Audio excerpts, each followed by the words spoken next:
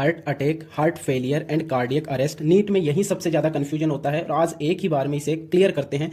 तो फर्स्ट है हाइपरटेंशन। आज हम जो भी डिसऑर्डर पढ़ेंगे उन सभी डिसऑर्डर की जो शुरुआत है वो यहीं से होती है। हाइपरटेंशन का मतलब क्या होता है? हाइपर का मतलब होता है इंक्रीज होना एंड टेंशन का मतलब होता है ब्लड प्रेशर, यानी ब्लड प्रेशर का इंक्रीज होना हाइपरटेंशन होता है। लेकिन कितने से इंक्रीज होना? 120/80 से अगर ब्लड प्रेशर अधिक होता है तो वो हाइपरटेंशन की सिचुएशन बनती है। अब इसको करते हैं साइड। सेकंड हमारे पास डिसऑर्डर आता है CAD या एथेरोस्क्लेरोसिस।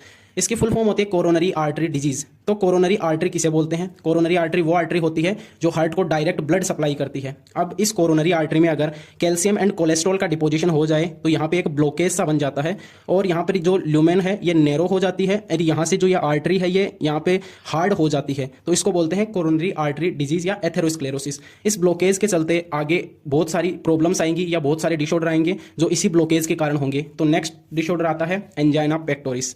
एंजाइना पेक्टोरिस किसे बोलते हैं? अब ये जो ब्लॉकेज आ गया तो इस ब्लॉकेज के चलते हार्ट की मसल्स के पास ब्लड की सप्लाई कम होगी। अब ब्लड की सप्लाई कम होगी तो वहाँ पे हार्ट की मसल्स के पास ऑक्सीजन की कमी आएगी। अब ऑक्सीजन की कमी के कारण हमें एक्यूट चेस्ट पेन होता है, तो इसे बोलते हैं एंजाइना पेक्टोरिस। इसको याद करने का एक सिंपल सी ट्रिक है, AP इजिकल्स टू AP, यानी angina pectoris is equals to acute chest pain. Next हमारा डिसऑर्डर है हार्ट अटैक।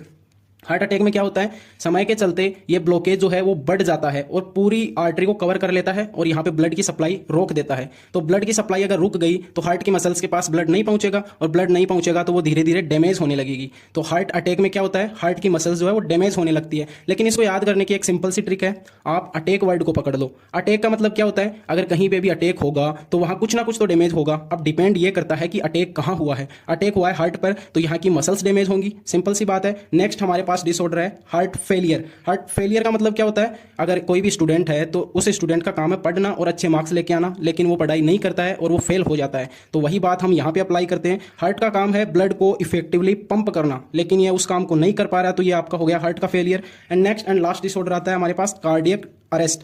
कार्डियक अरेस्ट में क्या होता है कि नॉर्मल कंडीशन में जो है हार्ट जो है कंटिन्यूअसली बीट करता रहता है, लेकिन अगर ये हार्ट जो है वो अचानक रुक जाए, मतलब एक जगह अरेस्ट हो जाए, तो इस कंडीशन को बोलते हैं कार्डियक अरेस्ट। इसमें हार्ट जो है वो कंप्लीटली स्टॉप हो जाता है। बस इतना समझ ले कि हार्ट फेलियर जो है वो अचानक नहीं होता है, यह स्टेप बाय स्टेप होता है। और तूने अभी पूरा सिस्टम ही समझ लिया है तो याद रख, यहाँ रट्टा नहीं, यहाँ कॉन्सेप्ट सेट किया जाता है। मिलते हैं नेक्स्ट वीडियो में।